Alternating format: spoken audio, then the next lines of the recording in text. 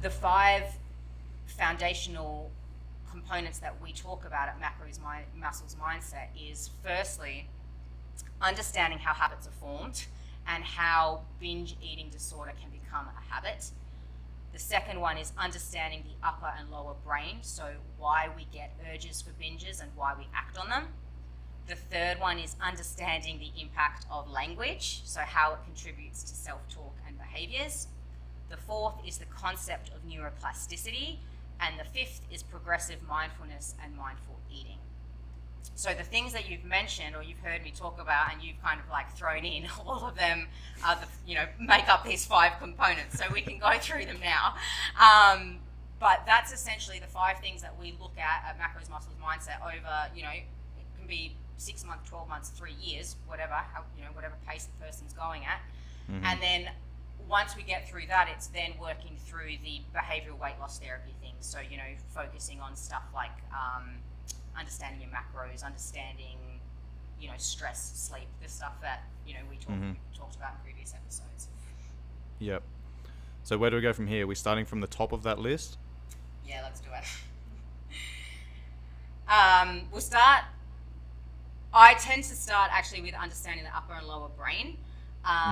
So for people that have experienced or do experience binging episodes or feel like they're in a position where it's like there's some days where I can't control what I'm eating, it's really good to understand the brain at a very, very basic level. So one of the things that we go through, when we onboard clients is basically discussing the 2 parts of the brain. Now, in the most simple terms, we can look at the brain in 2 sections.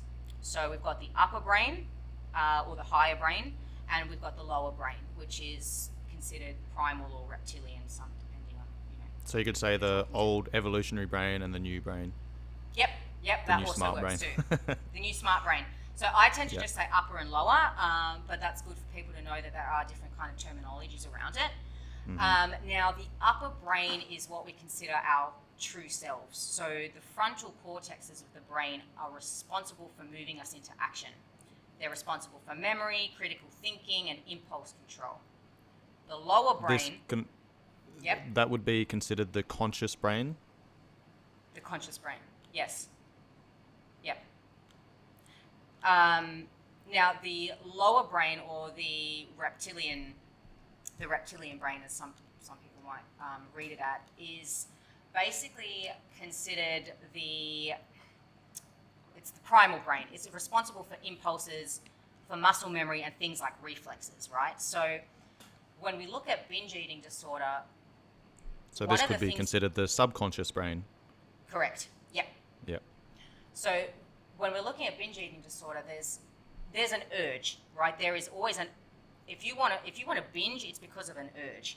Now, our lower brain's main function is for survival. It's constantly pleasure-seeking and avoiding pain, okay? So urges to overeat, to gamble, to drink, I guess maybe even looking at your phone, and, other self-sabotaging behaviours come from this lower brain. So it's basically always in a state to protect you. It responds to your external and internal environments and responds automatically with its own advice, okay? So really simple, basic example is internally you're feeling super, super stressed. The lower brain responds with an urge. You act on it by drinking a glass of wine, okay? You've responded to that urge. Now, the lower brain doesn't care at all if the reward that you're giving it or you're acting on is positive or negative, okay? You're basically releasing endorphins because you've acted on it. So this then ties into what I'm going to talk about in a moment about habit loops. But the brain basically seeks and constantly seeking this pleasure. So it's like if you've worked or if you've acted on an urge and then the urge comes up again, your brain's going to be like, hey, last time we did this, I had happy endorphins.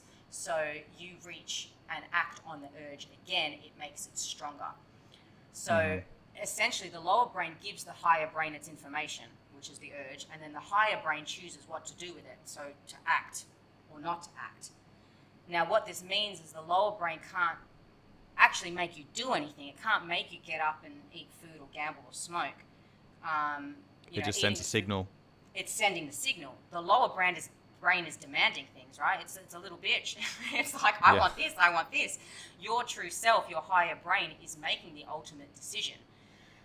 And that awareness for a lot of people when they have binge eating disorder is like, oh, it's not actually me, it's my brain, right? So what we're trying to teach at Macros Muscle Mindset is like, okay, well, what tools and techniques can we use to tell the little bitch to shut up, right? And, each person has their own way of approaching it, talking to it. I call it the little bitch. That's just Clearly. what I do. Some people Cat's call a it. little bitch. I have a client who calls her Susan. She got bullied by Susan in high school, didn't she? So understanding the upper and lower brain is a really, really important concept of binge eating disorder. And when you go through traditional therapies, it's not actually touched on. So that's why we try to be like, okay, understand this first and understand that it's not actually you, and try and gain an understanding of the difference between your brain, because even that single awareness can mean when you're in the kitchen next and you're feeling like you've got an urge or a binge, you can just be like, it's the little bitch. There's this awareness that comes into play, and then that's, once we've kind of got that, we can then move into the next component, which is the habit loops. Can we just pause there for a second again? You spoke about like the lower brain sending that signal, and then the upper brain deciding whether or not it actions that signal. Now, this is probably something you've already planned on touching on, but my question is, are there things that we can do to dampen that signal so that we don't have to make that conscious decision? There is. This ideally will probably be in the next podcast. Okay. Because dampening the voice, or whatever you decide to call your lower brain, there's actually different tools and techniques. If you want to dampen Susan out, Fuck off, Susan.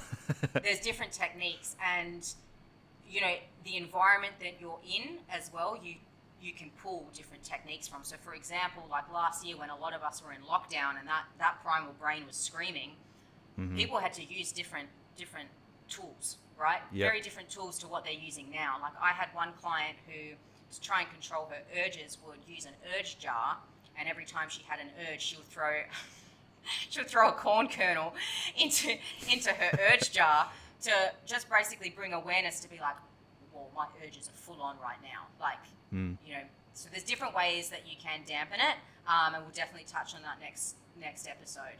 But super, cool. super